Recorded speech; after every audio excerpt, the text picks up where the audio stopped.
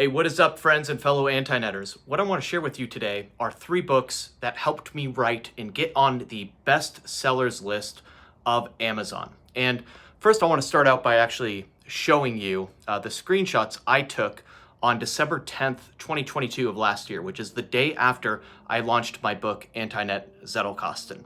And what's crazy is that I had pushed all of my people. I had sent them all to my own website and not even to Amazon, yet for somehow, some way, some reason, people started buying the book on Amazon, and I quickly launched up to the best sellers list in 2 categories. And let me just show you the pictures. I took these 2 pictures. I'm gonna click in here. This is from my photos album in Apple Photos, and these were on my iPhone. And so I was the #1 best-selling book in study skills, and the #1 best-selling book in writing skills, okay? And I want to share with you how I did that, and actually the 3 books that really helped me. What I did was I crafted an origin story, a story that was structured in a very, very specific way, and I had built out an email list over the past, the previous, about 8 months to a year, and I had shared and emailed my people and essentially, quote unquote, indoctrinated them with this origin story. And I want to show you how I learned this origin story in this framework, okay? It actually comes from 3 books. You see, here's the first book. Back in 2017, I picked up a book called Expert Secrets. It's by a marketer named Russell Brunson. And in Expert Secrets, he lays out a framework for telling a story that communicates, and gets people inspired and creates, just gets people really pumped up about your product that you are launching. And his story framework is outlined in page 180, 181, and that's pretty much it. And it's called the Epiphany Bridge Script. That's what he called it. And so when I was reading this is back in 2017, I basically wrote out on note cards and taught myself the Epiphany Bridge script. And then what I ended up doing later that year, this was the end of summer of 2017, I read this book. End of 2017, I started implementing it. And in early 2018, I launched a cryptocurrency company, co-founded it, and it ended up, I'll just turn this around, that ended up going viral when the cryptocurrency market was completely dead. And the company that I partnered with, a former co-founder of mine, and they were in deep trouble. They were $4 billion in debt. And I came in as the CMO and co-founder and turned that puppy around. That year we ended up raising in 6 months later, because of the Epiphany Bridge script structure that I evolved. I'll show you it in a second. We ended up raising $13 million that year and turning the company around. And it all was anchored by, and it all centered around this Epiphany Bridge script. And so when I wrote that script, how I did it is I wrote it, I'll show you, this is in my own Anti-Net Zettelkasten. I write it out on these 3x5-inch cards, each section. Now, in doing this, I have kind of figured out what works and what doesn't work. There's certain things that I like about the Epiphany Bridge script, but there's a lot of things that are missing.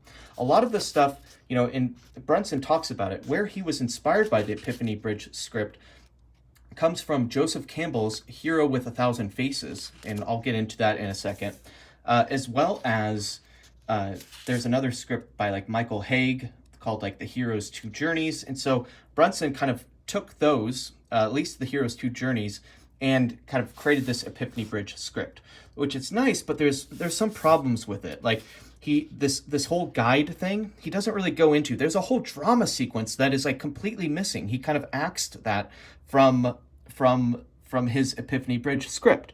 And then also the whole epiphany and then the strategy and this gets a little bit murky, and also there's not enough drama. There should be ups and downs in this process right here. Okay, so that's the problem. That's the shortcomings that I found with it.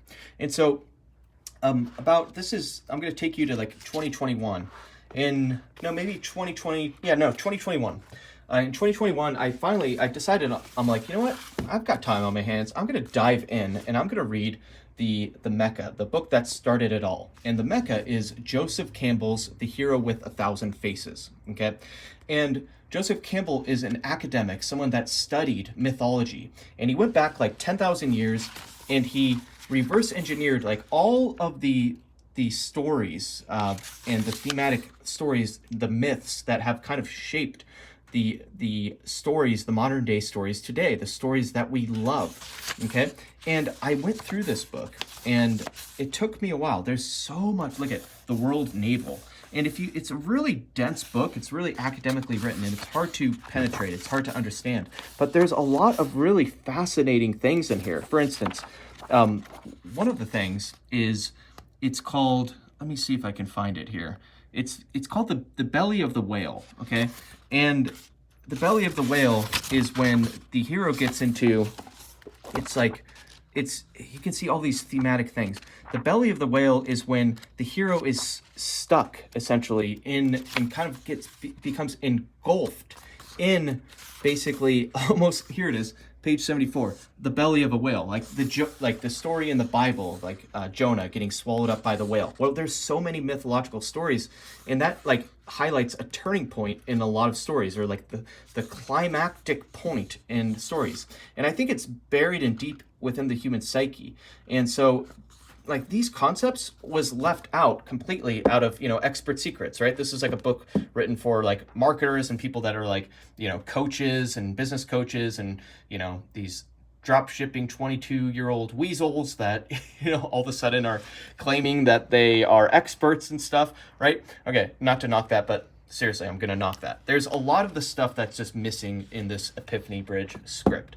And when I went through Joseph Campbell's book, I basically spent like months going deep into this. And you can find this, I have a whole section, 5225 in my Antinet Zettelkasten, just going deep into Joseph Campbell's hero's journey. And the hero's journey inspired basically George Lucas, and he shaped, Star Wars around the hero's journey. And this is a very deep book written, in the mid 1900s. Somewhere around there. Let's see what the copyright is. I don't know. It was written early enough for it to inspire and shape George Lucas in creating Star Wars. Now, the problem with this Joseph Campbell's book, if you try to even read it, it's just so dense and it's not really actionable or practical. Okay. And so this led me to pick up a book, and this one's been really famous in Hollywood, called The Writer's Journey. And The Writer's Journey, this guy basically took Joseph Campbell's The Hero with a Thousand Faces and tried to modernize it and condense it to make it easy to follow for screenwriters. And it's become this perennial classic, and it's helped shape a lot of movies. And so I want to share with you his structure in the hero's journey model. He kind of modernizes and makes the hero with a thousand faces easy to digest. And he outlines 12 different series and acts that the hero must go through. However, in going through this, I found the same exact thing, the same exact kind of shortcomings as expert secrets. And one of the issues with telling a story following this model is this is written for screenwriters, and you can definitely shape it to have more practical applications, like writing it for your own book, your own product, your own course, whatever, right?